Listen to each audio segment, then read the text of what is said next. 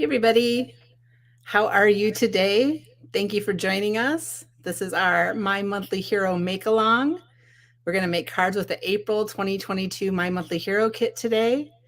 And Seeka's face I've lost in our stream. I don't know if you can hear me, Seeka, but I don't see you anymore. I see your desk, though. So I'm just going to go ahead and start showing what we're working with today. And then Seeka will just dive in with her first card, and then I'll make a card afterwards. And thank you all for being here. I know it is a hard day for some of you to be here. If you're not watching live, it'll be on replay later when you might have more free time today. But hello, everyone who is here. I see some comments coming in. Hi, Andrea. Hi, Gail. Hi, Rosie. Hi, Kathy. Hi, Joss Mary. Hi, Mary Lou. Nice to see you all here. So I hope some of you will pull out your supplies, especially if you have the April My Monthly Hero kit, and actually make along with us. That's what we're aiming for here. We want you guys to use your kits and have fun with them and get some use out of them. But if you don't make live with us, this will be here later for you to watch and make what we make today later if you want to, or maybe you'll get some ideas and take them and make them your own. So I'm going to go ahead and switch and show some pictures for a second here. So this is the April My Monthly Hero kit that we are talking about and working with today. If you didn't already get one, unfortunately, this one is sold out. So that's a good reason to subscribe to our kit so you never miss a kit, because this beauty is not available anymore. But I know a lot of you did grab it because it did sell out. So this kit came with a bold print background stamp, which is red rubber. It has layering stencils. You can use the stencils by themselves, or you can combine them with the stamp. Some great messages that you can add to your project. Excuse me. Some dies that can cut out pieces of the background, a little flower and bee. Some inks that you can use, and some enamel dot embellishments, hearts and teardrops and dots actually, and one blending brush.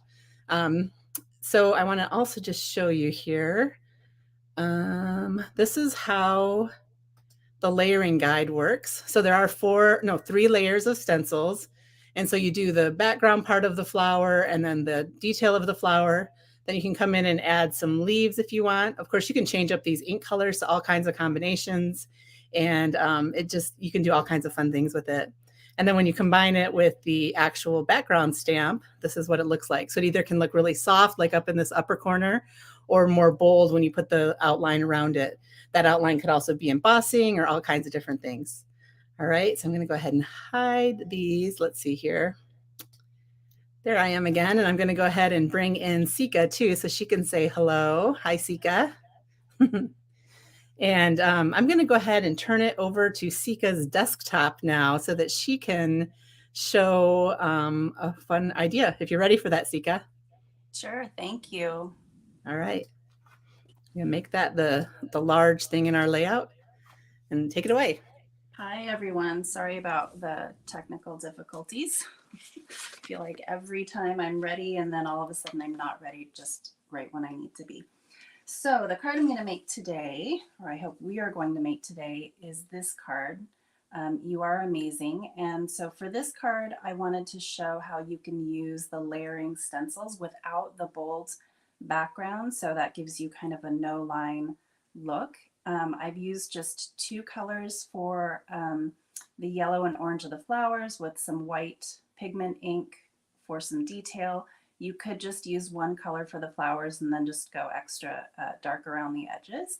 And then again, 2 colors for the leaves, but you could just use 1 green and kind of intensify in certain areas. And then I used a marker to just add some details that would have been added by the background stamp if you'd use that for the lines. So I will jump to it. Let's see, I'm going to start with the stencil that has the largest openings.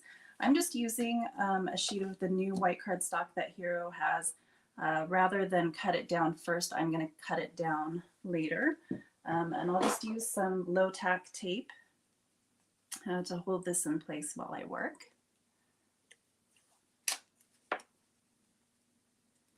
And I will try to speak up. Let me know if you are having trouble hearing me. I'll try to speak a little bit louder. There we go. Okay, so I'm going to hold this down here, and the first color that I'm using is Lemon Drop. and just getting some on my blending brush. I'm really going to load it up. I'm not trying to do any delicate coloring here, so I'm really just loading it up. And I'm going to go in pretty heavy, and I just want to color in and fill in each of these openings. And while I'm doing this, I'm also making sure to hit the corners here. On these stencils, there are small squares that are cut out of each corner, and that will help me layer the next layers up by using that as a guide. So just make sure to color those in if you want to use that as a layering guide. That's another great reason to start with a whole sheet of paper and to really just use the 6x6. If you had started with an A2 size piece, these little squares might have been off your panel. So I'm gonna keep going here. I'm really going pretty heavy just to get a good solid base.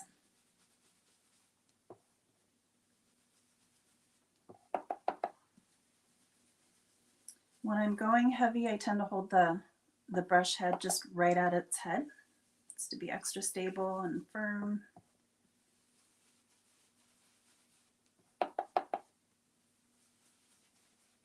Again, and all these nooks and crannies, I will cut it down, but I'm just going to make sure that I hit all the nooks and crannies right now.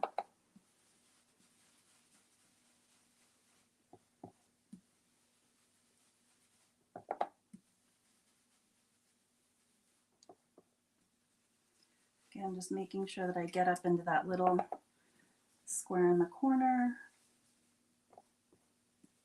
No, this one down here and this one down here.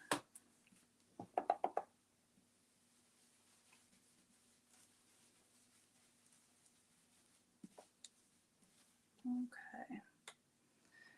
And I am going to, I like to use Post-it notes on my fingers just to kind of hold things down, because the stencil's getting pretty inky. Make sure I fill this up. Yeah, I really like, Carol, I really like these colors. I mean, of course you could do any sort of color that you want for flowers. There are no rules for flowers, but I was feeling kind of springy, and yellow always feels cheerful to me. So cheerful and energizing. So that's what I went with. So without lifting my stencil, I'm going to go ahead and switch to Creamsicle. I'm just going to add that detail shading kind of around the edges of these yellow openings. So I'm going to switch brushes. This is one of the new sizes of the brushes that Hero offers now. So I'm going to use that one to just go in. But if you have a bigger brush, it's fine. Just want to go around the edges here. I won't worry too much about the little ones. It's kind of a quick card. Doesn't have to be fussy. If you wanted, you could mask off certain areas of the stencil if you wanted to add different colors for the smaller flowers. I'm actually going to go ahead and darken those little squares so I can see them a little better for the next round.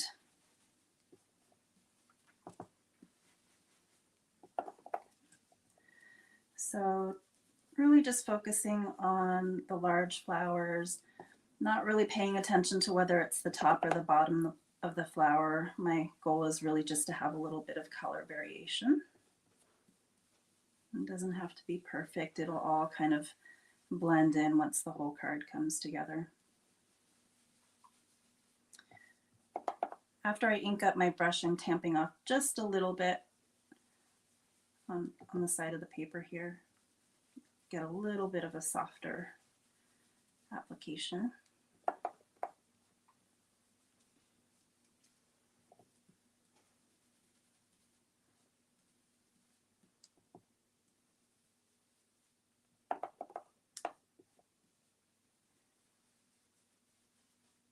Kind of already can't wait to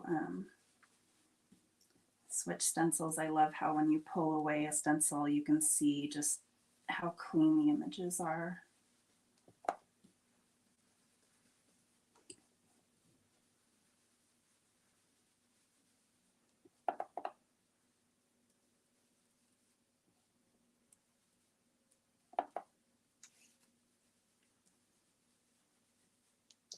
pinks or purples, even blues for these flowers would be really nice too, if that's what you have on hand.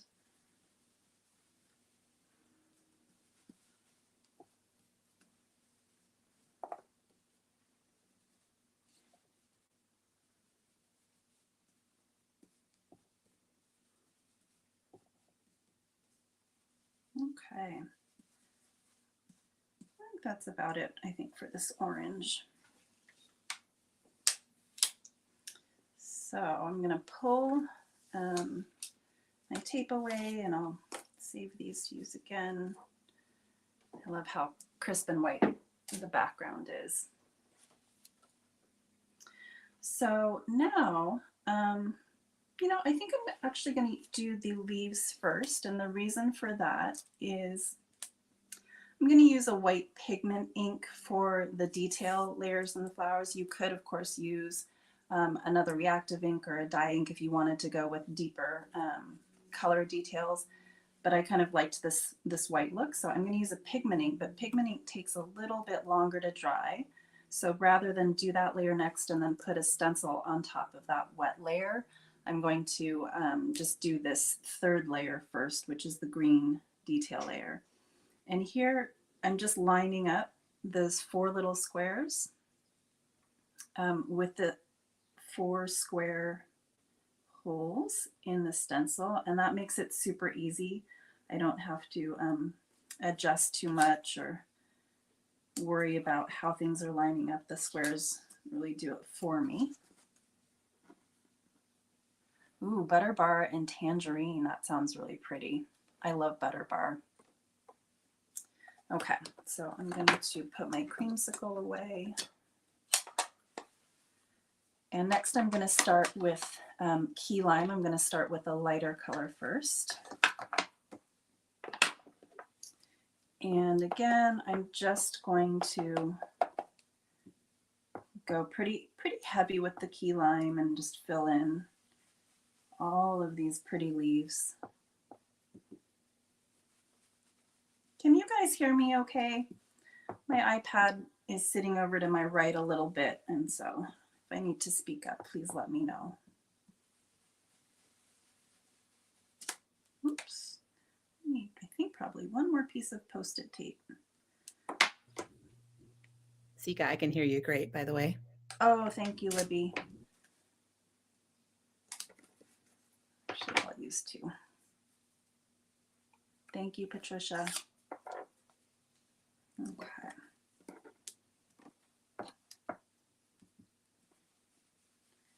Just filling in.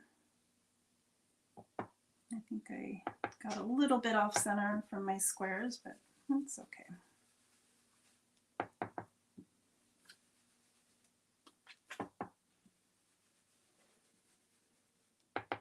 And when I cut it down, I'm not going to use obviously the whole panel because I like to make A2 size cards. So especially around the edges, I'm not worrying too much. Those will probably be areas that I trim away. I'm going to end up with a 6x6 panel, which is great if you want to make a larger card or even if you wanted to frame. Sometimes I like to get those little square frames, shadow box frames, and you can make a project and frame it and then swap it out every once in a while with a new project.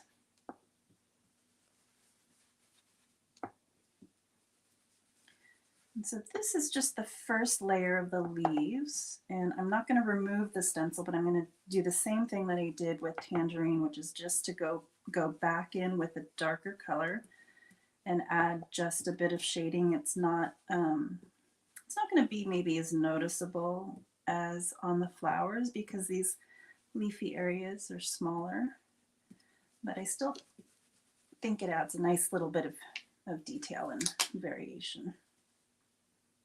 Oops, I missed a spot right here. Okay. There we go. So I'm going to put the key lime away. And next we have green apple.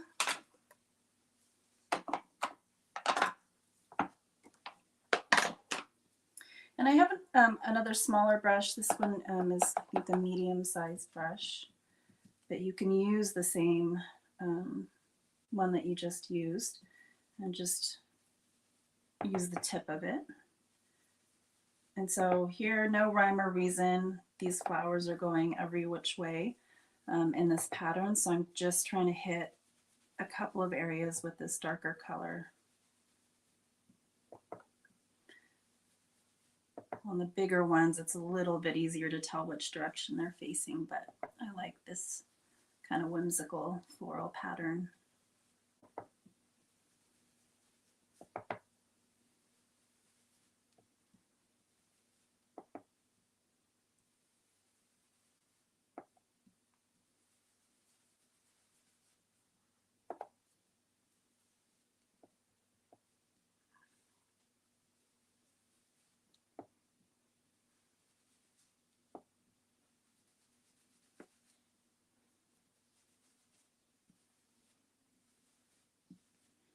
Sometimes when I have finished going to the ink pad, I'll use some of the ink that's sitting on the stencil and just pick that up and mush it in so we don't.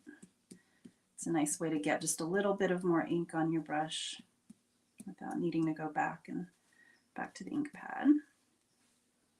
Okay. I think that's good. So remove this stencil and we're done with this layer.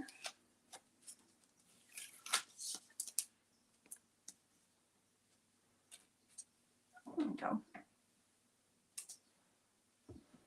So even though it looked like a hot mess with the stencil on top, now that it's removed, you can see how clean that image is and how it doesn't really matter where the dark and the light colors are. It all kind of works and blends in.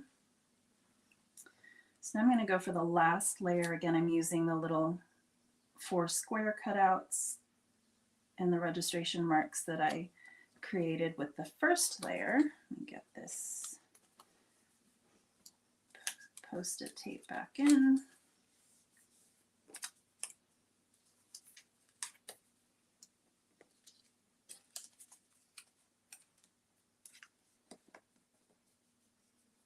Okay, and so for this one, I'm going to use unicorn ink. So this is a white pigment ink. This is, I feel like it's like the gold standard of white pigment inks. Great one to have in your stash, super versatile, and kind of really, when you're not really, what am I trying to say? When you least expect it, unicorn ink can be a fun addition. So I'm using a foam blending tool. You could use a makeup brush or a makeup sponge if you have something like that. But because this is a pigment ink and because it's wetter than the other inks, I'm really just going to use a tamping motion. So I'm going to want to build up that ink and tamp down.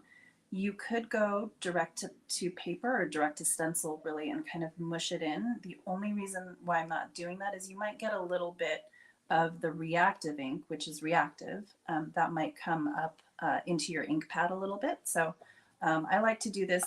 The foams are not too expensive. I use this one over and over, but if I were to get this one contaminated, then it's not, I might set it aside and use it for something else. But this way I keep my ink pad clean. And so I'm just tamping on, just smushing that ink on. I'm going pressing pretty hard into the ink pad and then onto the stencil.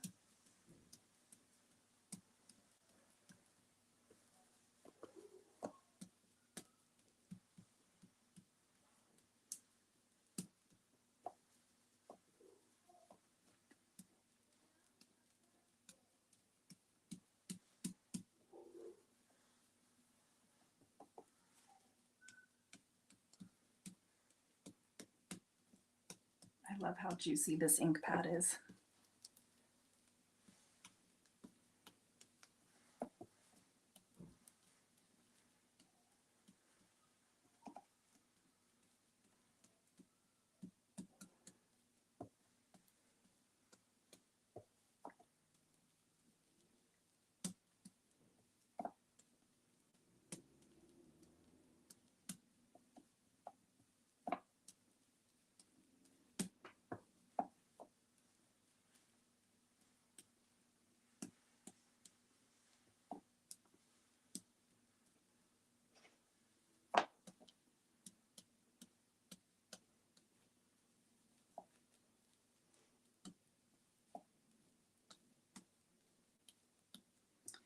So this is going to be a little bit wet when I finish. I think I'll try to hit it with a heat gun. Of course, you can always just set it aside for a little bit to dry, but no one wants to watch this dry with me today, so I'll use a heat gun and help dry this pigment ink a little bit. Okay. I think I've got all the flowers. So I'll cover this back up.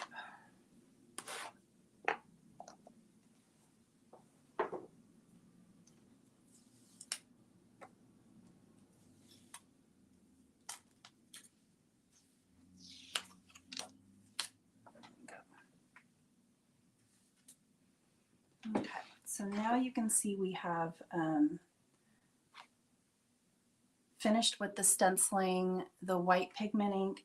It looks pretty bright right now. It might settle a little bit once I have it dry and be a little bit softer. I like it both ways. But let me get out my heat gun. I'm going to put myself on mute for just a minute while I get this heated up and dried so I can die cut it.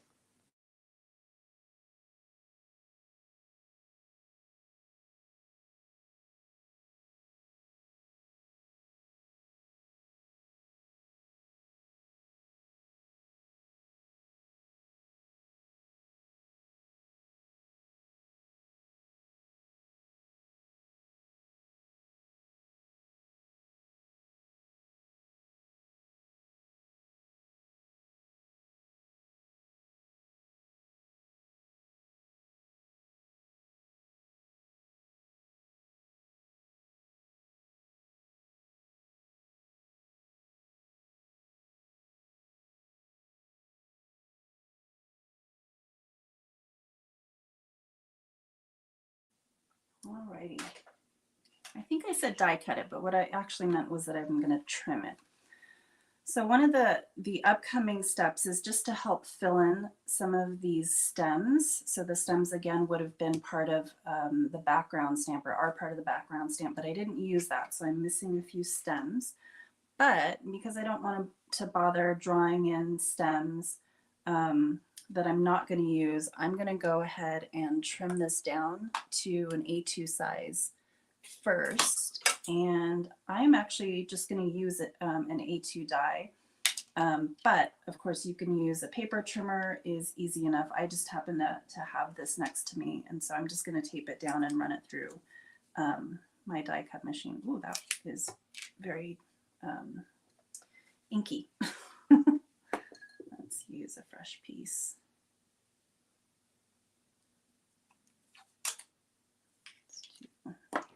So when I'm choosing, sometimes I just like to use a rectangle die, if only to figure out where I want to trim. So this feels a little bit bare to me on this side, so I'm going to go kind of right in the middle, off to the right just a little bit based on the orientation that I started with. And I'll put that piece of tape down, and then because this full sheet of paper is not going to fit in my die cut machine, I'm just going to cut that away.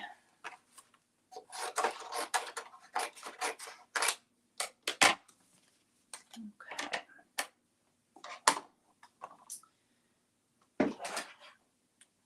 I'm going to just get the plates ready. And then because this pigment ink might still be a little bit wet, I'm going to put a piece of scrap paper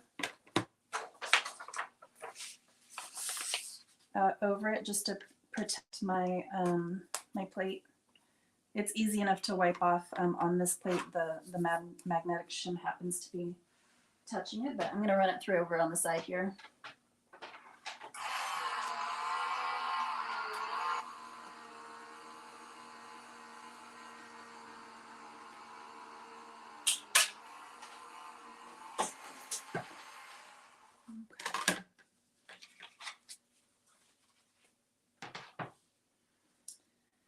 So now I have my A2 panel.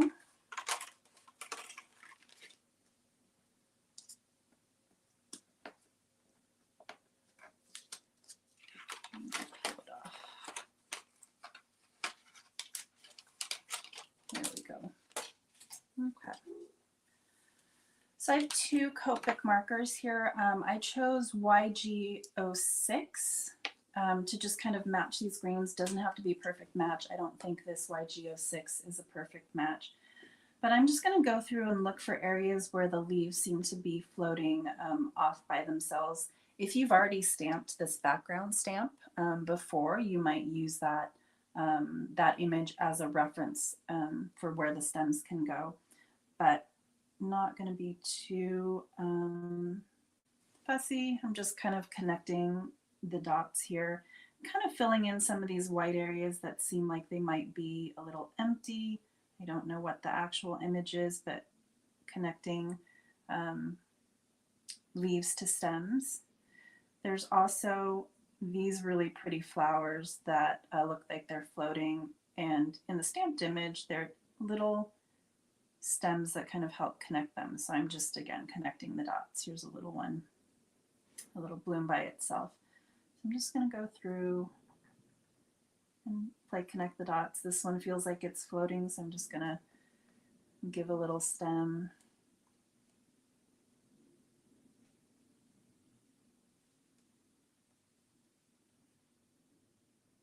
I'll go big with this one.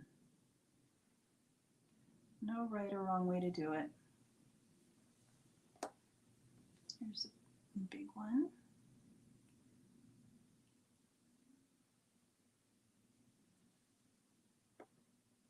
Let's see, maybe this one, this group of flowers here are floating.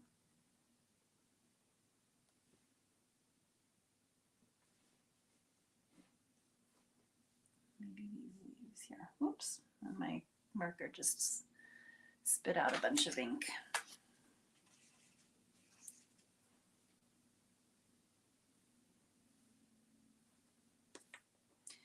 The longer I look at these, the more details I find, but it's okay. You can always go back in and fill more when you spot them later. I don't really know where that leaf goes, but let's pretend it goes there. Maybe one here. So I've kind of filled in here. You could, I didn't do this on my original card, but you could fill in some of these empty spaces. In the background stamp, these spaces are filled by really cute little beads, but that's not part of the stencil. But if you wanted to, you could fill in some of these areas with an orange marker and just add some more flowers or dots. But I don't mind white space. I like to have a lot of white space on my cards. So I'm going to stick with what I did for my original card and leave it at that. So there's my background panel. The next step is to create the sentiment. So in the kit are the detail sentiment and the outline die. So I am going to get out my new little Hero die cutting machine. I'm going to cut both the sentiment and the shadow layer from white cardstock.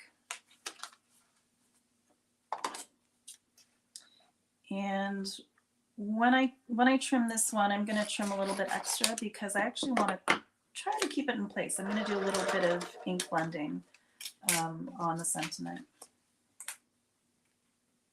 So I'm going to use some Post-it tape on the back side. Oops. Rather than take the sentiment out, I'm going to try to keep it in place, and then I'm going to use just a bit of Post-it tape to hold it all together on the back side.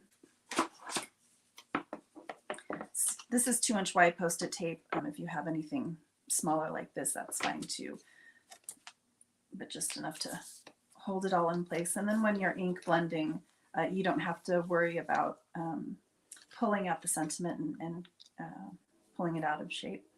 And then I'll go ahead and cut the shadow layer as well.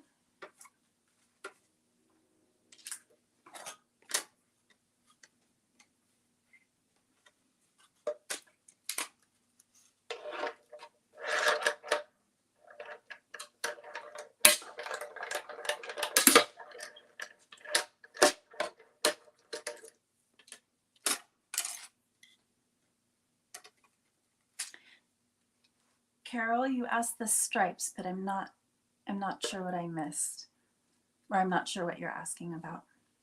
Yes, washi tape is also a good option. Seeka, I think Carol was asking about the stripes on your outside of your Copic markers. Is that just washi tape for something? Oh, yeah, it's just washi tape. When I first started crafting, I had this dream that I was going to meet all of these local crafters, and we were all going to get together and color together, and that I would somehow need to identify my markers from somebody else's markers, but that doesn't happen nearly as much as I had hoped it would, especially in these past couple of years. So that's all that is just washi tape, so I know that that marker is mine.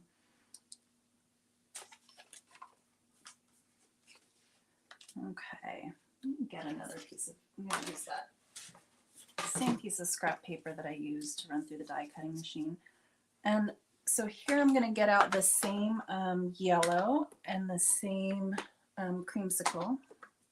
So lemon drop and creamsicle. And I'm going to cover this whole sentiment with creamsicle first.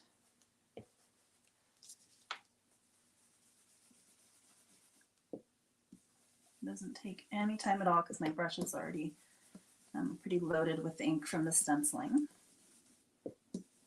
Okay, and then I will use creamsicle and my other little blending brush.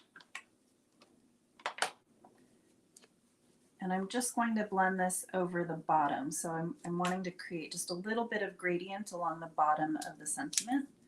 And this one I am going to tap off just a little bit, load it up and tap off, and then kind of go letter by letter and work my way up a little bit into kind of the middle of the letter's height.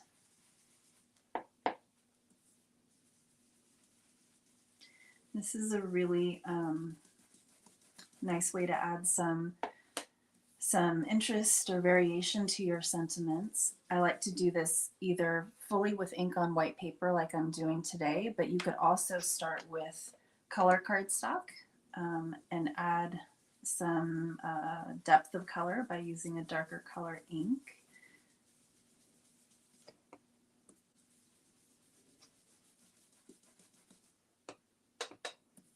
And then we're just going to deepen the two little tails of the G and the Z. Okay, so it's hard to tell right now. It just looks a little bit messy. But once this gets pulled off, you can see a little bit more detail. I like to pull from the back, and I actually kind of want the sentiment to stay within the outside layer so that I'm not pulling at the sentiment, and I can kind of maintain its shape. So I'm just going to pull this away like I was pulling away the tack tape from, say, watercolor paper, so that the sentiment stays in the piece. And then when I pop it out, it's really maintained its shape well. And for this sentiment, it's nice to do that because it does have that shadow layer. So I won't have to worry about it kind of being pulled this way outside the shadow layer. Where is my shadow layer? There it is. Okay. So I'm going to add some glue to the back of my detail sentiment. I'm just going to kind of do some dots. Sometimes if my dots are too big, I just take my finger and dab at it to mush it around. Want to be careful if you do that not to get any around to the front side, because this is reactive ink, so the reactive ink will kind of interact with any moisture in the glue. So I'm just being a little bit careful. Okay. I'm going to line up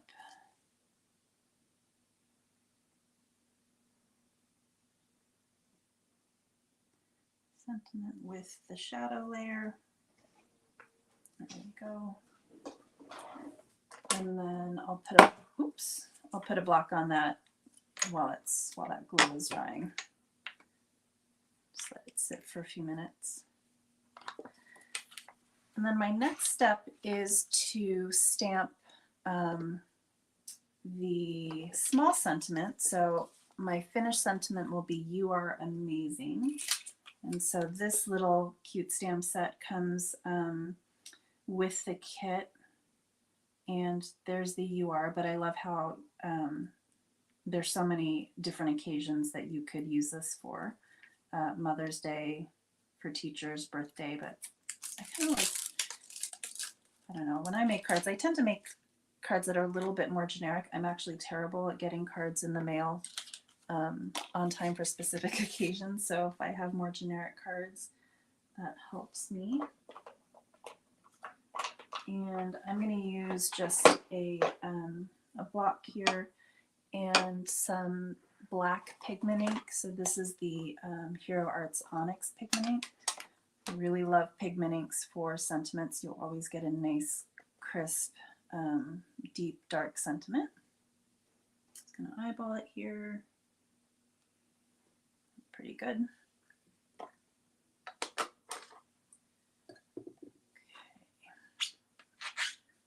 That off. And then I'll just trim this down into a small sentiment strip.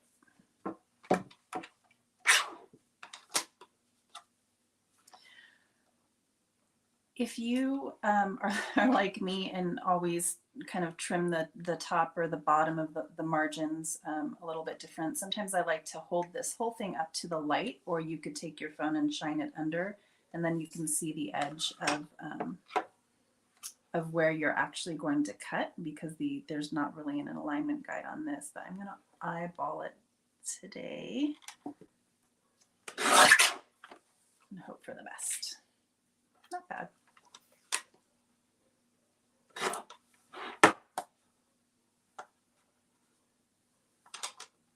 I did get a little bit of smudge, so the pigment inks again stay damp. They don't dry immediately, which is a great property, but if you're die cutting right away, if you're trimming right away, you might beware of the smudge. So I got a little bit of ink under my little plastic thing here. Actually, I'm not even going to use this. Let me just use scissors. Whoops. So I have a little bit of smudge there, but that's okay. Should have just used scissors from the beginning. Okay. So next I'm just going to add some foam tape to the back of the sentiment. I'm going to get out my foam tape roll. These are the new, I'm using some new tools. These are new to me. These are not Hero Arts, but I'm not sure if you've seen some of the new great tools that Hero has. One of my favorite, I was just needing new snips, and their new snips are really nice. They're similar to my old snips, but I made the mistake of trying to snip something that was not snippable. And so I had this big dent in the blades, but great new tools from Hero. Okay.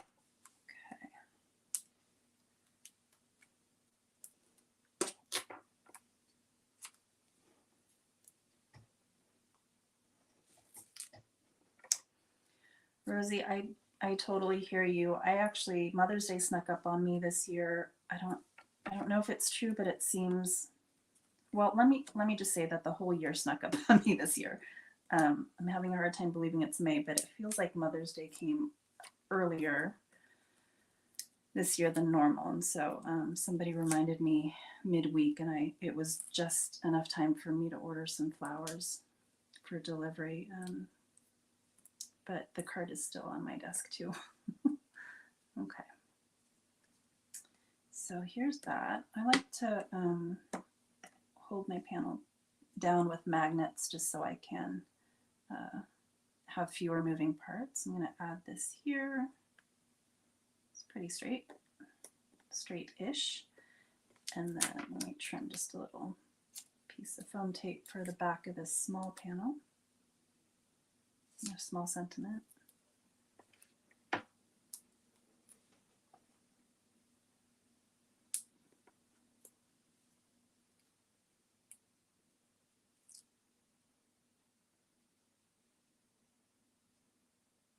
Okay. So this is the sentiment that I smudged, and I'm going to go ahead and glue it or tape it down. But I'll probably, since so I can use this card, what I'll do later is just stamp it again and then glue the replacement, the unsmudged one, if I can get an unsmudged one, right on top of there. So that's the card front. And then the finish, all I'm going to do is to adhere it to a top folding card. So that one works well. Since that ink is still a little bit wet, I'm just going to add the glue to the card base instead of turning my card front upside down. Do that.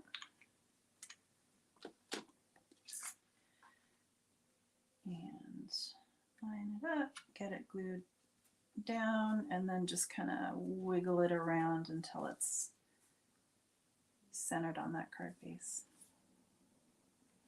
And there you go, all done. So pretty, Seeka. Love it. Thank you. I'm going to bring Seeka into the show here. Let's see. I'm going to take, well, there she is. So do you guys have any questions? Oh, Candy asks, how did you stamp that without the bees? I think she must have missed the stenciling.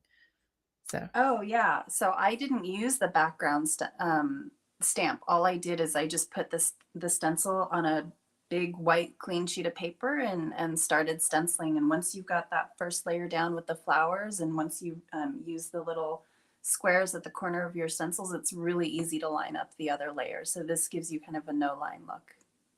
Yep. So you'd have more of an outline on that if you had actually used the stamp at the end with it, which is what I'm going to do on my next one. And I just want to also say nice to see all of you who are here. We've had more join while Seeka was making. So if you missed the beginning and want to see her card from the beginning, it'll be on replay later. But it's a beautiful card and so easy to make with those fun layering stencils. Any other questions for Seeka? If not, I'm going to jump into my card. I don't know if you guys are, if anyone's making along with us, I hope you are. And if you want to, you could easily change up the colors on this card and make so many different variations of it. And I love how Seeka did the kind of the ombre look on her message. I was going to do something similar in a different way. I'm wondering if I should, since you already did ombre on there. But all right. Well, I'm going to go ahead then and bring in my desktop here.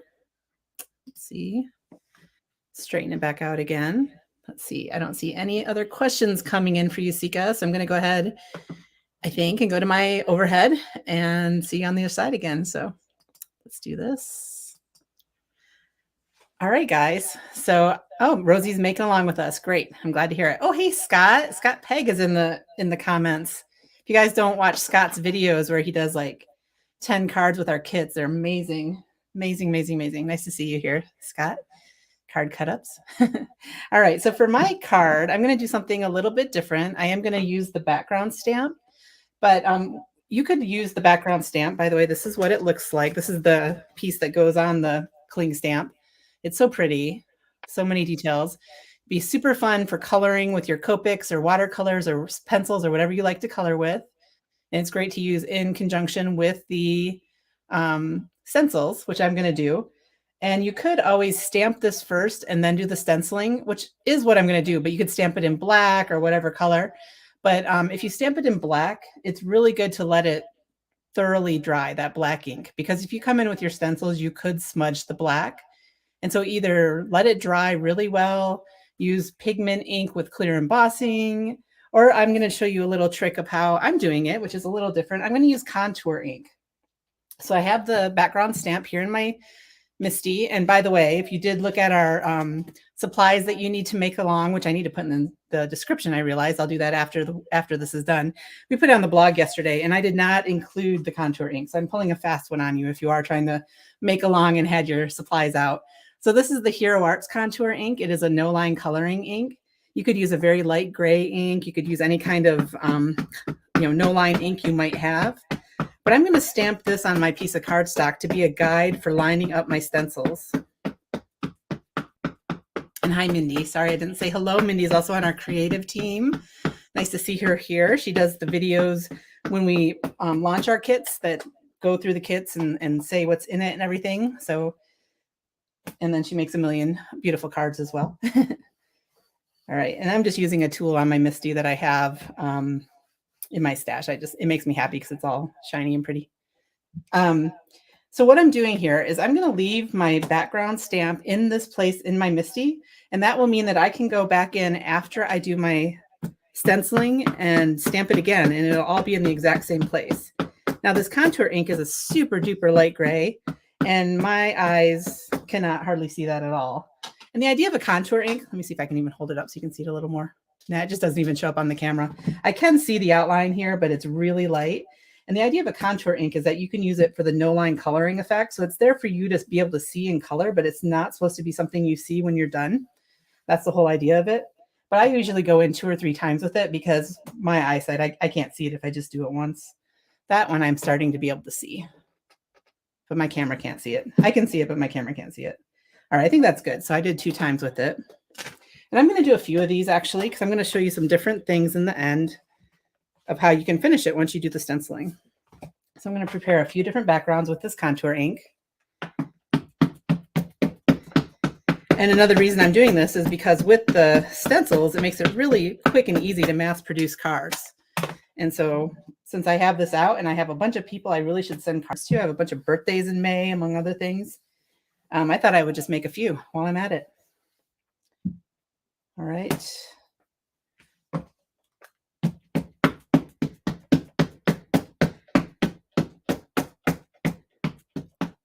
And again, if you didn't have a contour ink, you could use a light gray ink. You could just do the black stamping and do the same card.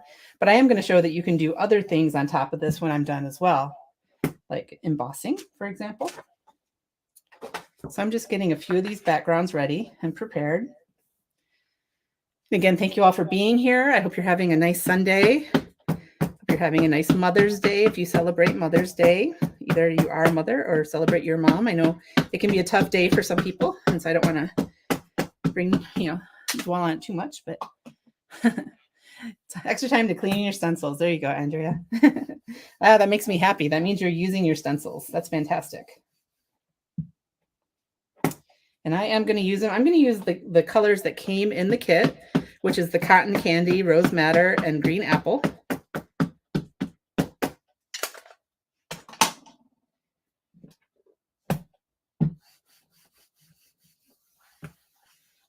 Ooh, ay. Is it locked up? There we go.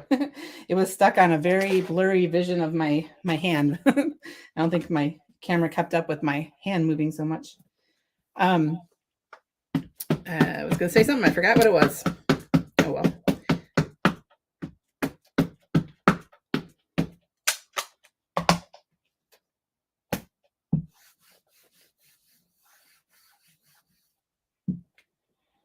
One more time, and I think I'll call it done, and then we'll start our stenciling. And again, we're using the April My Monthly Hero Kit, which is currently sold out on the website. Unfortunately, if you don't have one, you should have grabbed it while you could because it's a beautiful one. The May My Monthly Hero Kit is still available. It's a really cute kitchen theme. Our artists have made so many fun cards with it. And also, speaking of our artists, if you want inspiration using these kits, when we launched the April kit, we had a countdown leading up to the release. We had a blog hop on release day. And if you go to the Hero Arts blog, and on the sidebar, there's a category for My Monthly Hero, MMH. And if you look for that, you can find that category for the April kit. And you can find all that inspiration that we've had. Now, this is the hardest part, is just trying to line up all the little flowers and elements of this. Oh, one thing I wanted to point out on this. So on these stencils, they do have the little Hero Arts logo in the bottom corner. And so if you're stenciling without lining it up and you're just doing it like Seeka did, this is a way that you can line up your different stencils, is by looking for that little logo and make sure the stencils are all in the same orientation. And you can see that mine looks a little darker on there. What I like to do, because as I mentioned, my eyesight is not that great, is I take my black ink and I just take it directly to that little corner, rub some black on there. And then I take my towel and wipe it off. And that just leaves some ink in the grooves of that little logo. And that makes it a lot easier for me to see what corner is that, that corner on my stencils. I did the same thing on my alignment tool stencils for the looking glass, if you guys have those. And it just makes it a lot easier for me to see these kind of lines on a stencil. So just in case that tip is helpful to you. There it is, down in the groove, makes it easy for me to see. So I even have glasses on, I still can't see anything. I think I need to go to the eye doctor, actually. It's been a minute since I've been to the eye doctor. All right, so back to trying to line this up. So lining it up with the alignment marks is the much easier way to do it, but this is easy. I mean, this isn't hard. This isn't impossible, I should say. Just trying to make sure that they're all lined up pretty well. And then I will go and hit the squares in the corners once I do this base layer, just so I know, so the rest of the layers can be lined up easier. All right, let's see here. And I do kind of pick it up, make sure I'm seeing the design correctly. I think that looks pretty good. Just take some playing back and forth to get it where you want it. I'm going to take some tape. Oh, your new monitor, Mindy. That sounds exciting. Put some right here.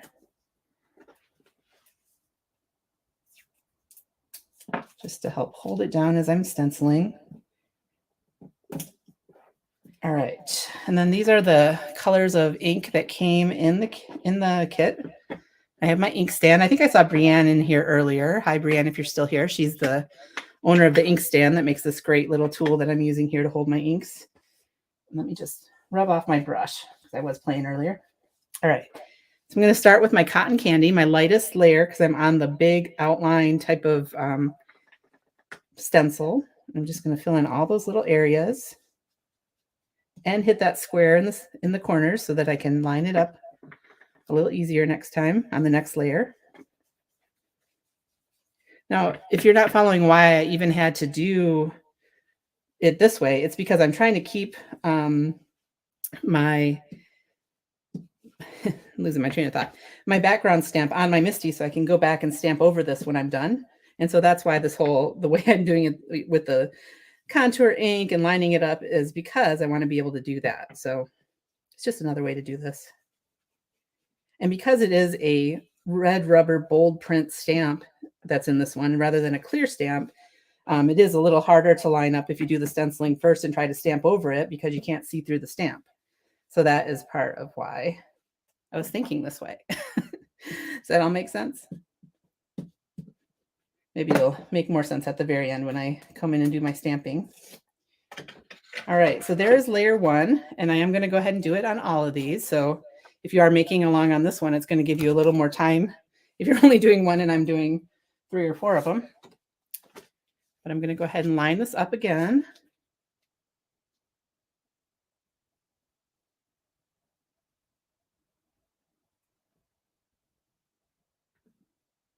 Okay.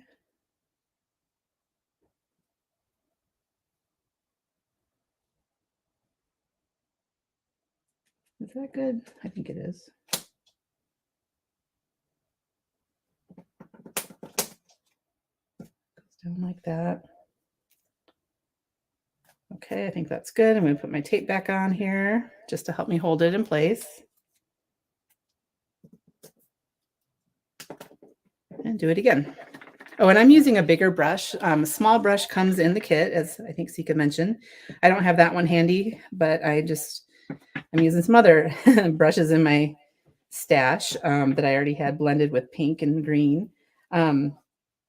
There are 4 sizes of blending brushes at Hero Arts now. I don't know if y'all realize that. All sold separately, and I love them all. And I just love to use this big one. If I was trying to go in and do different colors on some of these different little layers, the smaller size one would be super handy for that.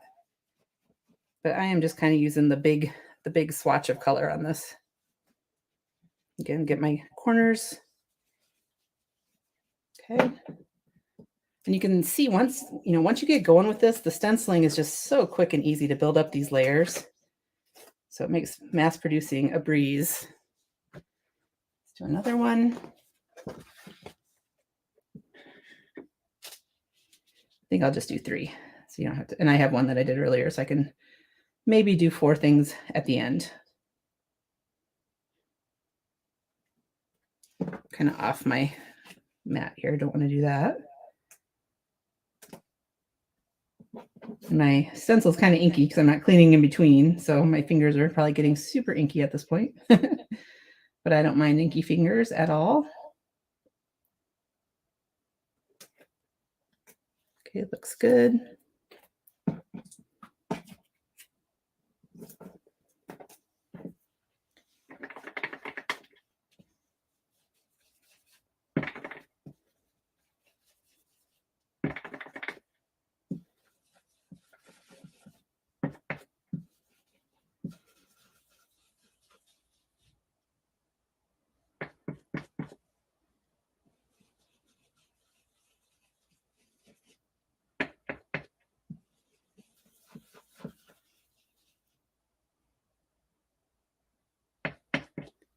Let's see, big monitor. Yeah, I'm just looking back at some of the comments. Mindy, I used my husband's work monitor during our Hero Stamp Along. I had it here in my control station for the event, and I really loved it. And I think now I have to get me one because all I ever do is use my laptop, and having a nice big monitor was super handy, especially when I could like use 2 different screens. I'm like, whoa, that's really convenient. Okay, I'm just gonna leave this one here and go on to the next stencil. Let me clean my fingertips up a little. And so now that I have, oops, I didn't get my, I forgot to do the bottom corner square. Oh well, hopefully 3 out of 4 will make it lined up enough. So now I'm just using the squares in the corner so I don't have to think as hard about lining it up since they are there from the first layer. And I'm going to go in and use the Rose Madder ink, which is the darker pink. That's funny, Carol. Why is your hand so blue? It's like, oh, it's because I was inking. So now I'm going down to the darker. Oh, you know what I was going to do before I do my brush with the next color is I was going to take some scrap paper and just kind of ink off on it to clean my brush, even though I don't really need to between going, between these 2 pinks. But also, this is how I'm going to create my little ombre amazing at the end, is by using this paper and just die cutting it directly out of that. So now I'm going to go in with my Rose Madder. Hi, Melissa. Nice to see you here. Melissa's one of our most loyal viewers. She joins us a lot, and we appreciate that. Adding this beautiful detail layer. And again, these are the colors that came in the kit, but you could use any combination of inks. There's so many colors of beautiful roses you could make with this. Real or imagined. I definitely love purple. I think you guys know that if you know me. And I will show you, I have the cards here that were made by Daniel from our team and Debbie. And I showed them when we launched this kit, but I'll show them again if anybody wants to see them for more ideas. But look how pretty that is already, just with those 2 colors. It just comes to life. So beautiful. I'm going to set that one aside, go on to the next one. And it's just so quick and easy with these stencils. Put some tape down to help me hold it again.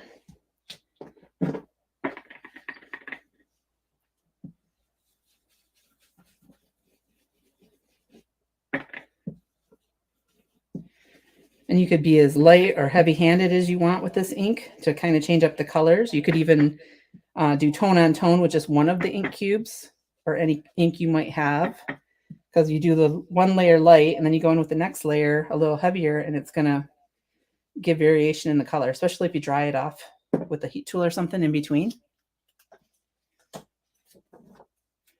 Love the new clipper tools. Do you mean our new snips, Melissa, for cutting apart your dies? These great things, sorry for my arm right there, that Seeka showed. I love them as well. So great for cutting apart our dies.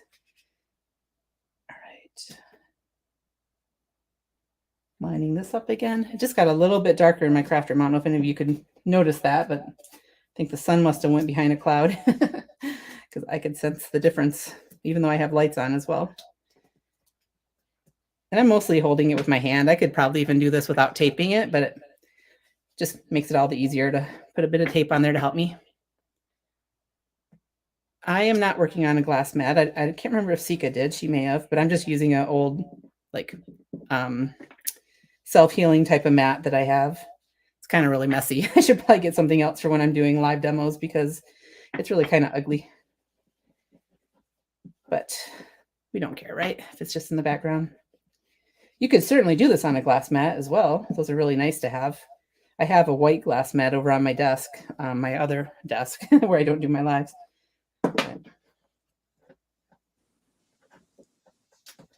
All right, so that is my third one. I didn't hear you, Seeka. Oh, I was saying it's the sign of an active crafter when your mat has past projects on it. It looks active, huh? Look at all that. It's like cloudy from all the whatever residue. All right, so now I'm going to do the same thing that I did before and take my brush and just kind of brush it off here.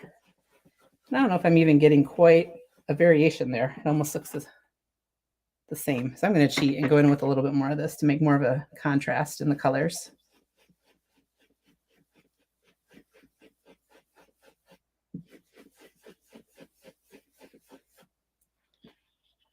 All right, so when I die cut this, I'll kind of lay it right in this area so I get the two colors. I will set that back aside and we'll move on to our green apple, our final stencil on these.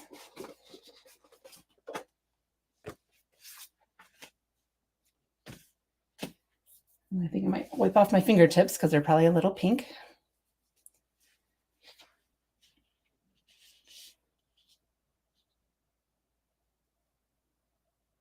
People love their glass mats, Sarah. I'm sure you would be happy with it if you got one.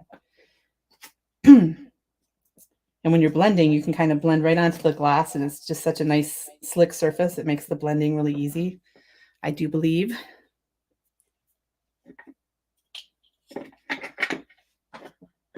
All right, now my final color on my leaves and things. I think that's all lined up good, more or less.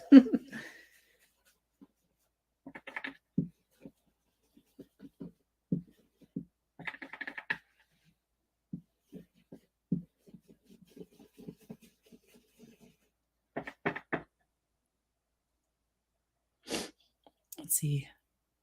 Yeah, there is glare on glass mats if you try to use it while you're filming videos or doing lives. That's part of it, why I don't use it for when I'm live. I don't like when I can suddenly see my reflection or different things on the camera. But it's mostly the light. If you have a light on your surface when you're trying to film so people can see, it can cause a big blob of glare on your background or on what you're doing. Oh, so pretty. Oh my gosh. I just love how this comes together. So gorgeous. All right. So funny. It doesn't matter how many times I do this. I'm in awe of it once I pull it off and see all the layers come together. So pretty.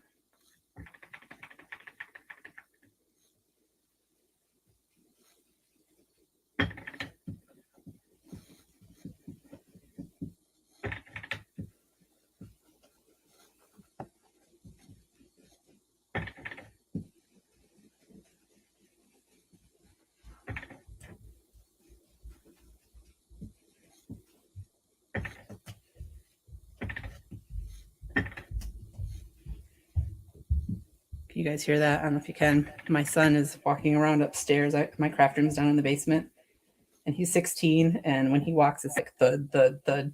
And I'm like, I even said before I went live, I'm like, okay, I'm gonna be live. Let's not be stomping around upstairs. But he was good for a little bit.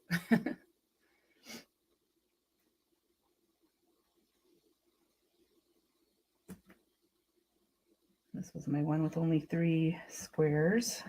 So I forgot to do the last one, but that's okay.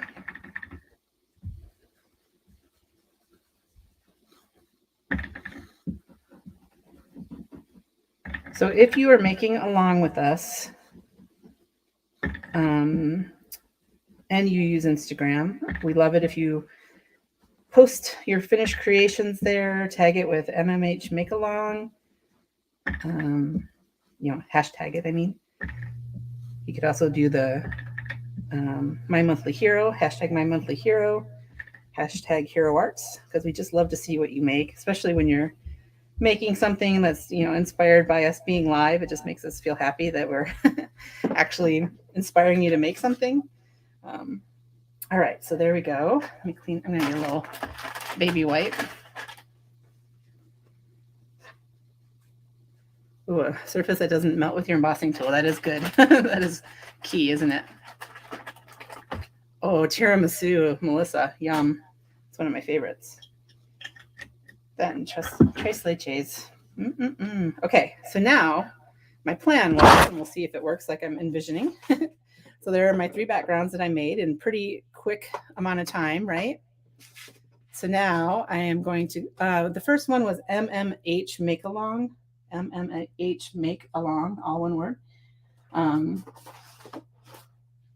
Where did I put my Misty? Oh, right here.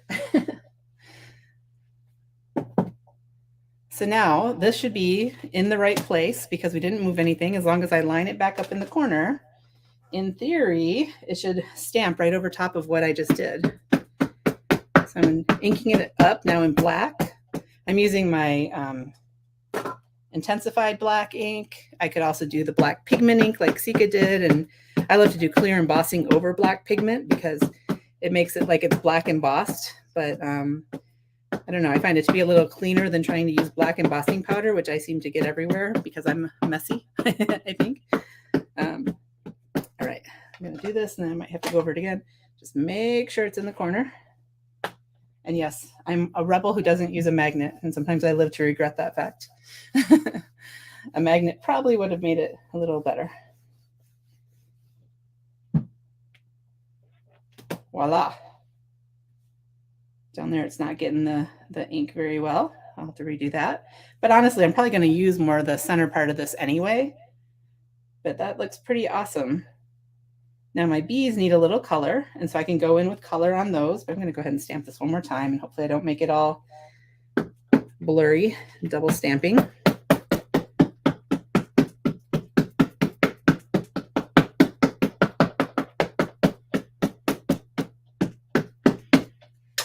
Yes, Melissa, we know you love the bees. She got her handle, or whatever you want to call it, the Sunshine Honeybee.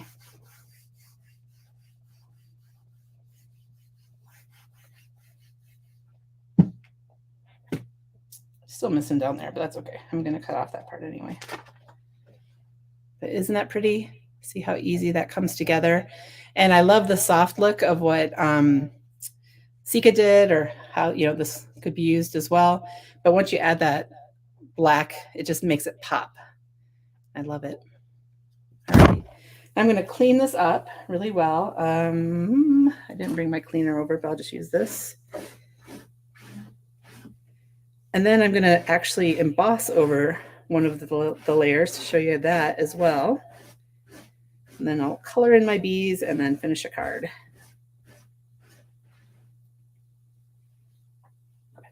Put a little water on this.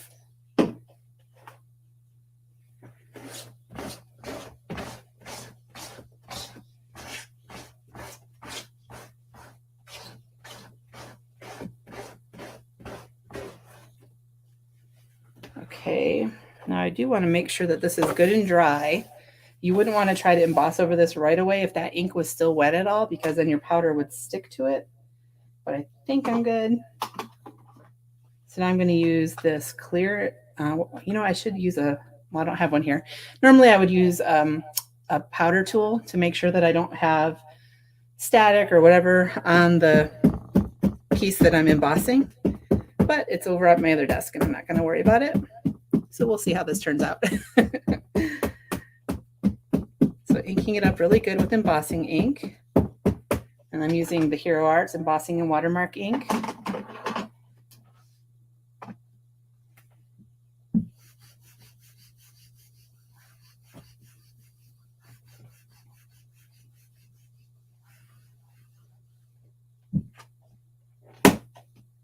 think I'm just going to go over it twice just to make sure that I got a good impression on there before I go in with my powder.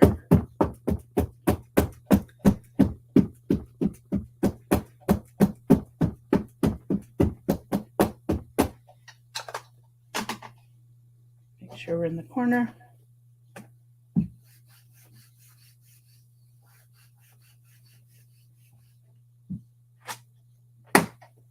Okay, set this aside for a second.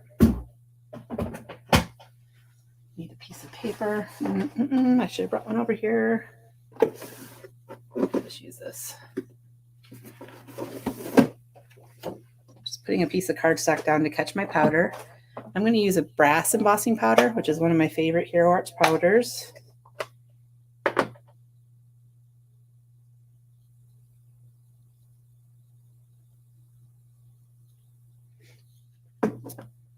I'm always heavy-handed with my embossing powder.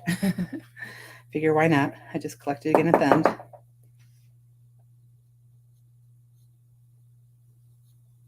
right, looks like I'm missing a little bit here and there.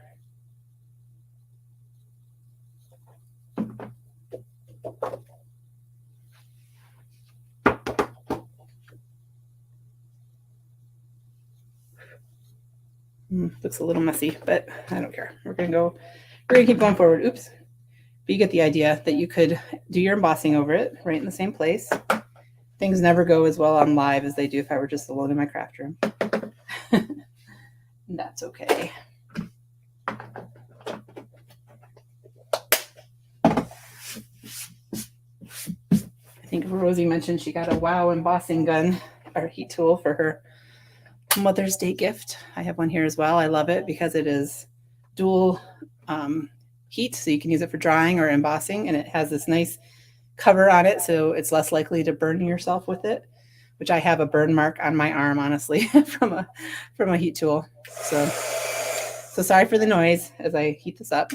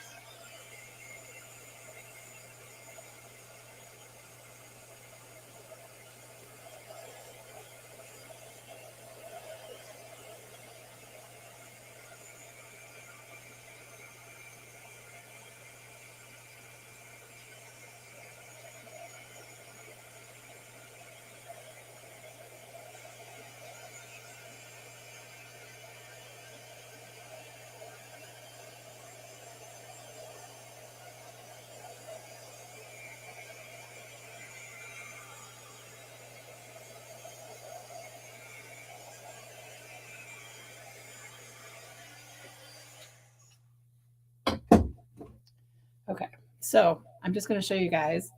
This did not go super well because it looks like there's some areas that didn't get, just a second, I'm going to do this.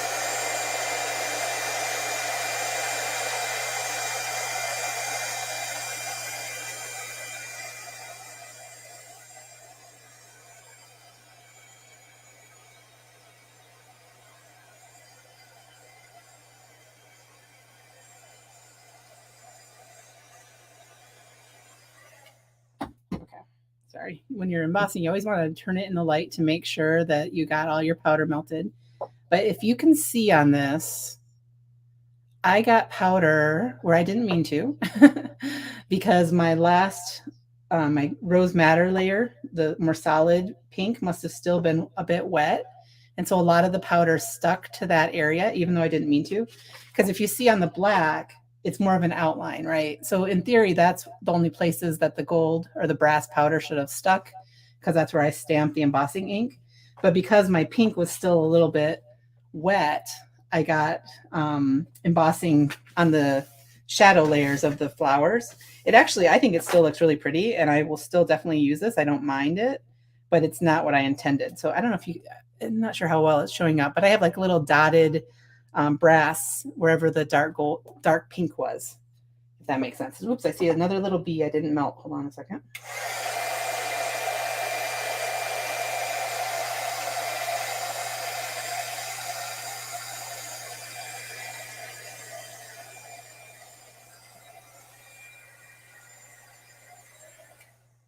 So that was a perfect example of exactly what I told you, that you want to make sure that your ink is nice and dry before you emboss, or else you'll get what you don't intend to get. It actually looks really kind of cool because it didn't end up solid on the dark pink. It ended up kind of dotted. So it's actually really kind of cool looking, but it's not what I intended for it to look like when I did it. So, you know, it's just something to experiment and learn and see what you get. But you can see how different these two look just depending on what I did on them, which I love. And so I have this one, and then I have one I did earlier. So I might do some other embossing or different things on these. I'm going to figure that out later. But what I was going to do on this one, I don't think I will on this. I think I'll just leave the bees. One thing that's great when you emboss it is the bees end up a complete outline of a bee, and I like that. I was gonna add a little yellow to them, but I don't think they need it on this embossing one.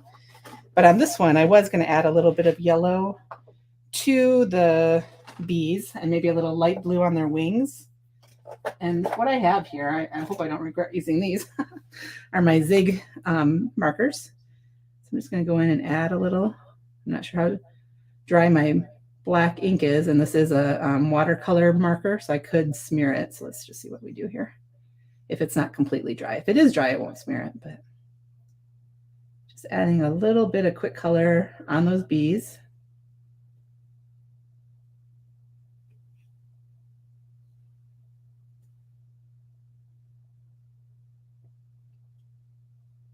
And again, I'm probably not going to be using off to the edges on this because I'm going to, it's bigger than an A2 card, and I am going to make an A2 card.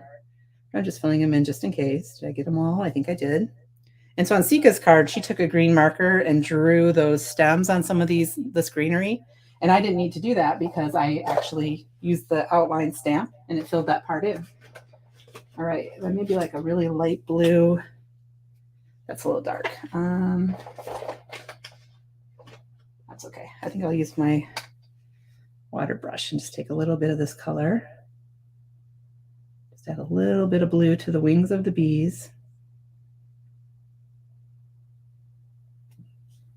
Yeah, no, I'm not loving that. Let's see. I'm just going to add it right on here and then color it out. And I could be doing this with Copics or pencils or, you know, whatever you like to color with. It doesn't have to be this kind of marker.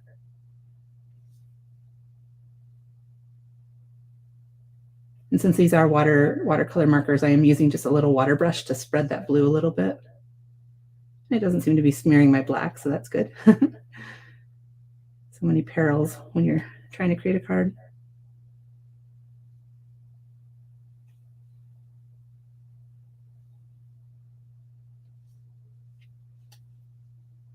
Okay.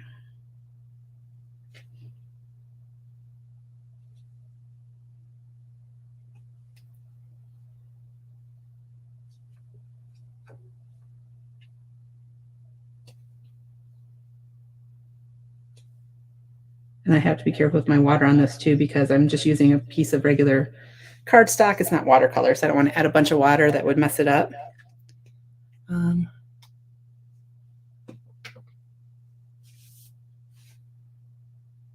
Lori, good thoughts on that. A mess up to me would be something nobody, you know, whoever receives this card wouldn't even know what I intended. So that's a very, very good point. Love it. Shine on the bee's wings. Yes, that's a great idea, Jane. Could put a little bit of crystal clear lacquer pen or even the sparkle lacquer, which I love. I might have to do that on some of these. Gail, have a good dinner if you haven't already left. All right. So now to finish these cards, there's a few things that I could do. I'm going to use a die on one of them. I have my rounded rectangle infinity dies. So I think I'm going to set that right on there on whatever part of this I like the looks of and cut that out. I'm probably going to have to trim this a little. It's probably wider than my plate for my embossing tool. Embossing, what? Die cutting tool. I'm going to put this on here and then just trim my piece down real quick.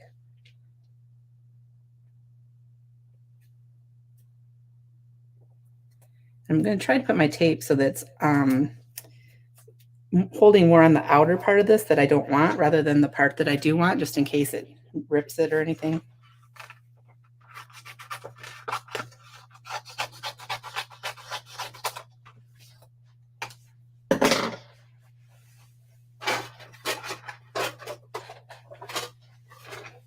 And this is too big to use in my compact cutter. Compact cutter is wonderful for smaller things, but I do still use my Platinum 6 from Spellbinders a lot because some things are just too big to fit on the little plates of the compact cutter.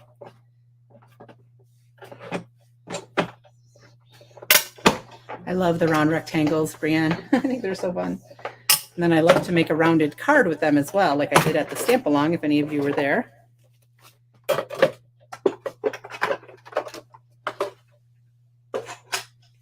Out of the way. So there's my panel as I've messed up my whole thing there. Yes, you can totally use a rounded punch, a corner punch on that as well. I like to use these dies when I'm cutting out a background like this because I can move them around and see what part of the background I want to cut out rather than trying to do it on my paper trimmer. Just it's easy for me, but of course you could use that as well. Now this one, I'm going to get a card base one.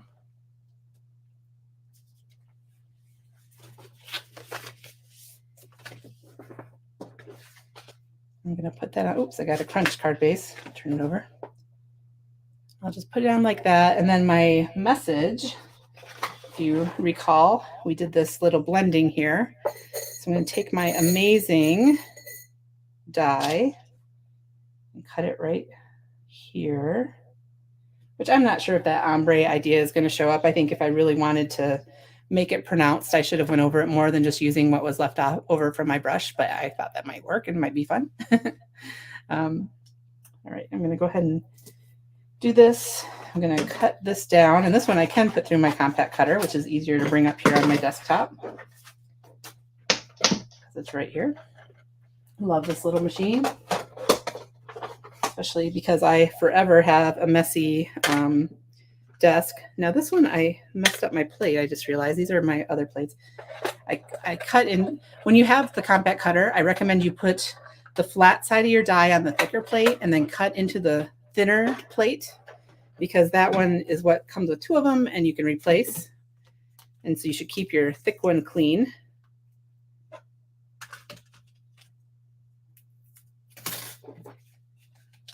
All right, here's this.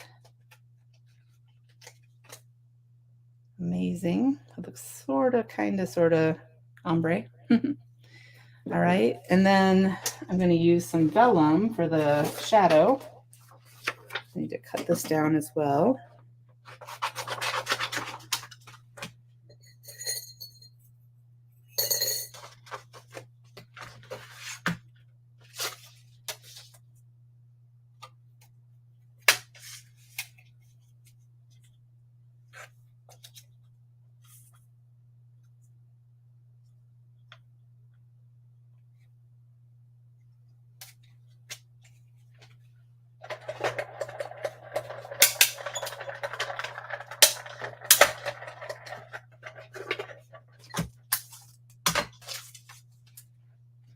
All right.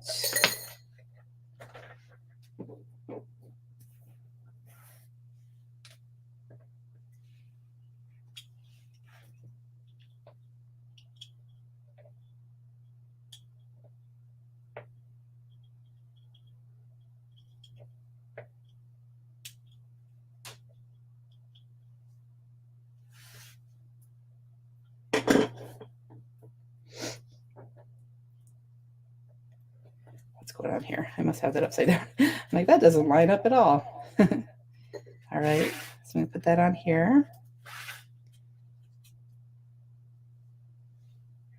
Melissa, I haven't had that issue, but I always recommend that you can go back and forth twice, go back, go put it through, go back again.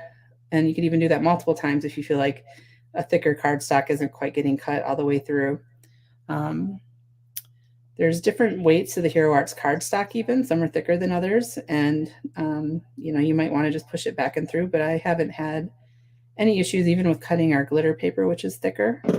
So it's always helpful to just go back and forth though, while you have it in there rather than taking it off and then trying to do it.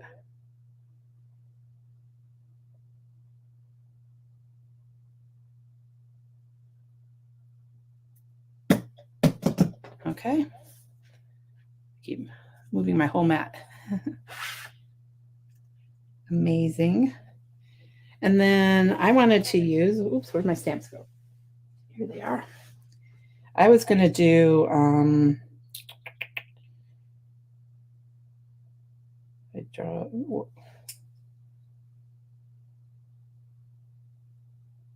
you are. I don't know why I couldn't see that. You are amazing.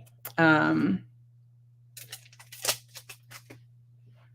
then on the inside, I was going to put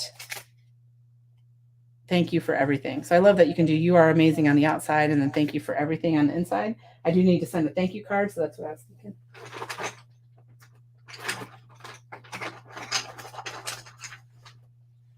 All right, let's see, where's my little scrap of paper that I can do this on? I'll do it on this one.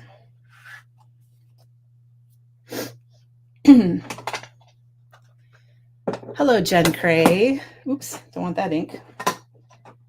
Jen is on our global team, and she's one of the kindest people I have ever met. Okay, guys, where did I put my black ink? Here it is. Yeah, this kit is beautiful. I do agree.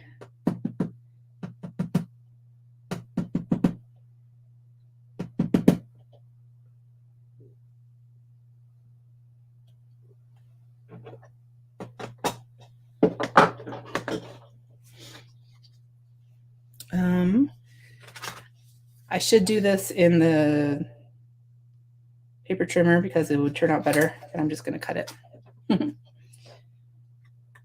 Although I did learn a cool trick for message strips like this from Jennifer McGuire. That's kind of big. Let's see. I also like to use bigger scissors usually when I'm trimming with scissors, just because you can keep it more straight with a longer blade on your scissors. Whatever. There we go. You are amazing. I'm going to show you that trick. Some of you may have seen it at the Stamp Along. Facebook page to follow Carol is Hero Arts, has a Facebook page if you want to check there. And then I'm going to just show you guys this. I'm going to stamp it again. Let me think for a second. I'm going to do it on the end of this because that'll work easier.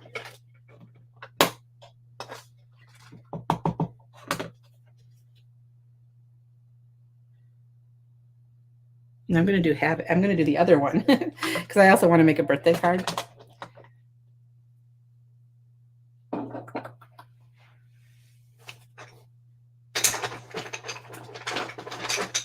Sorry, I'm kind of thinking through this as I go. All right, where did my messages go? I just lost them. Here they are. Oops. So I'm going to do so I can do have an amazing birthday.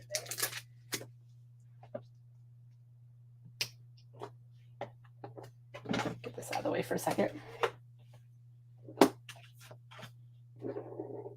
Thank you, Jen.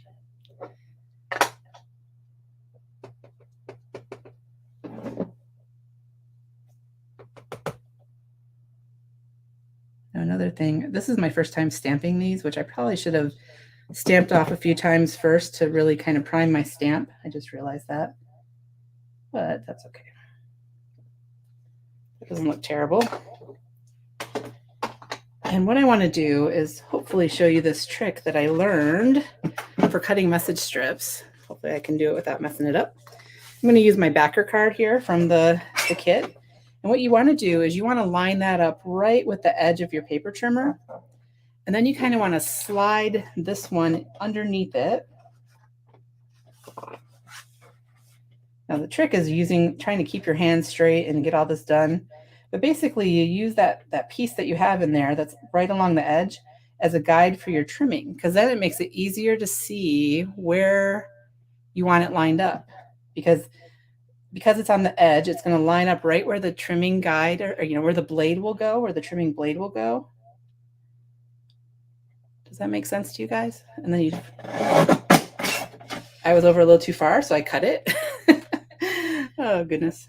But see how I got like a nice even cut on that because I used that guide to tell me where my blade was going to go. It's just easier to eyeball it that way than trying to just, trying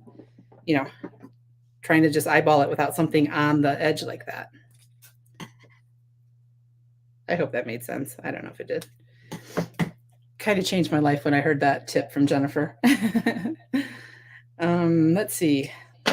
What else? I think I'm going to make an amazing that is all solid brass embossing. Well, let's just get one done, and then I'll tell you what I'll do for the others and show you some other cards and let you guys go on your merry way because it is Mother's Day and some of you I know have plans today. But so I'm going to put this down on here. I'm going to do the stamping in the inside of, I'll do that after. I kind of want to pop this up, but I don't have any other over here. So I'm just going to do it with this.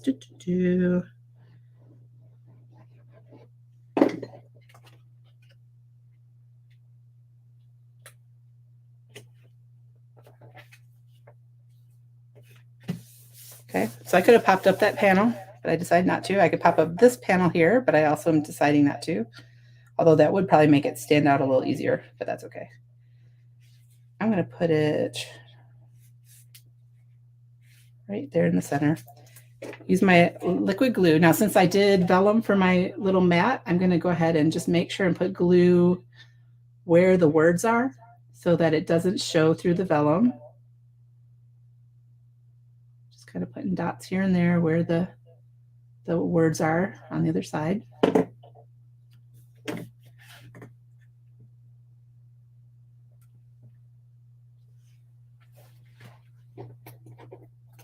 And then I'm going to put UR right over that poor little bee. No, I don't want to cover the bee. I'm going to put it over there.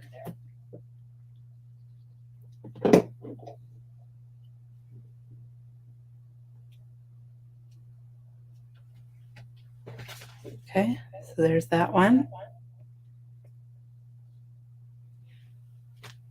And now this one, I want to make the message in brass embossing. So what I'm going to do on this one, I'm going to do it similar to that one, although I'm going to just cut it out square, pop it up on a card, and I'm going to do the whole amazing on brass embossing. So I'll take my brass and just do direct to paper with the embossing ink on some white cardstock, melt my powder, and then cut that out. And that will be my message that I put on here. And then I'm going to make that one a birthday card. Now, another thing I wanted to point out to you guys that is in this kit, get this out again. There are a couple of dies that can cut out pieces of this background, which I believe is that one right there. So if you wanted to just cut out some flowers, you can. There's also this one that cuts out, let me find it.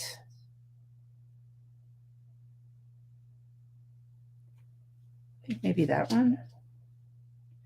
Hold on, I'm gonna look so I don't lie to you guys because I'm drawing a blank right now which ones it cuts out. Hold on a second here.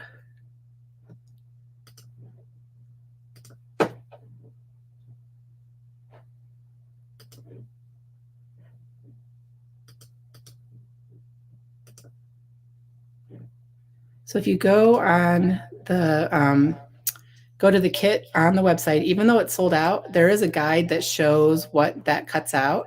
And yes, it cuts out this flower right here, or it cuts out this flower, and it cuts out, I should say. And then there's also a little bee, and this over here, which you can't even see right now in this one, that's the bee that it can cut out. So you can use those dies to cut out pieces of this background to use separately on a card, which is a really fun thing as well. Okay. And then what I also want to show you are some cards from our team.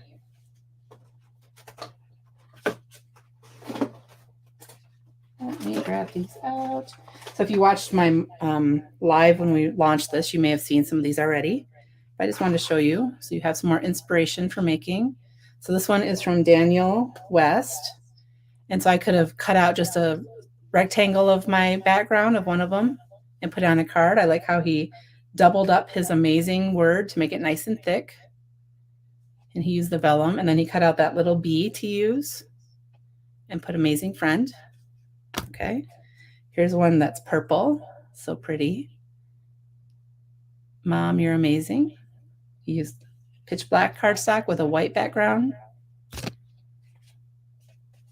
Now this, you can imagine, you could make several cards like this because you would just take the different strips of the background you make and you could just put them on several cards. And I love how he lined it up here with, well, it's not even lined up, but he used the background tone on the background and then popped it up. This one's from Debbie Adams, and she did chalk. So remember using chalk in the olden days of stamping? I love that she pulled it out for these. So you can use embossing ink and then just rub the chalk over it, and it just gives it such a different look. It's so pretty. Daniel makes a purple card every month. He loves purple too, but it's kind of a joke with us too that I pretend he'll get in trouble if he doesn't use purple, but of course that's not true at all. He can use whatever color he wants. So here's one where Debbie did cut out the flowers to use on her card. I love how she used the word daughter over and over again as a little element on her card, embossed. And then she did black and white stamping, kind of gray stamping, I should say, on the background, and then popped up a really pretty colored panel on there. I think she colored with Copics. Pan pastels, that's a great idea. You could use the same kind of idea with pan pastels. Here she used a heart and then cut those two out and put them on there. Again, use the messages just to make a background element.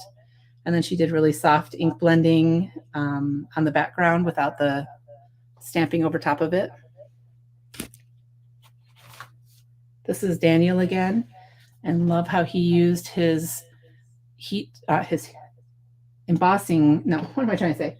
His die cutting machine with probably an embossing plate to be able to do that. Although it feels like it kind of cut. So he might have even just cut into that and then added the paper pieced it back in. I'm not sure which he did. But again, he used the die to cut out those elements. Well, she used chalk last month on these cards. I think maybe you're thinking of these cards when I showed them before, because I have shown them on a live before because they're so pretty. Here's one. Oh, I don't know if I'm supposed to open it like that. Yeah, I am, but it goes like this. So this is a multi-fold, tri-fold type of card. And I love how she used white. So she used those dies to just, make a die cut in white to use as an element. And then she chalked up some of them. Really pretty. And I think that is all from the team that I was going to show you. Now on my card, I think I could use some of these awesome little enamel dots that came with it. You could use some of them to make it look like dew on the flowers, the clear ones, which would be really cool. And then there's the cute little heart that I could put next to my message if I wanted to. So that is everything. I think I'm going to go back to our faces now, Seeka, if you're ready for that. And say thank you guys for joining us today. I hope that was, gave you some ideas for using your kit and making some fun cards with it. And I hope you'll show us what you do make when you have time to make. I hope you'll make soon and show us. Yes, I was in a hotel at the times when I did my last live. Okay, anyway, if you make cards based on what we showed you today, we would love to see them maybe on Instagram. Look at how perfect Seeka's desk is, by the way. She must have been doing that while I was showing my card, making herself lined up and perfect. Anyway, if you do, use hashtag MMHMakealong.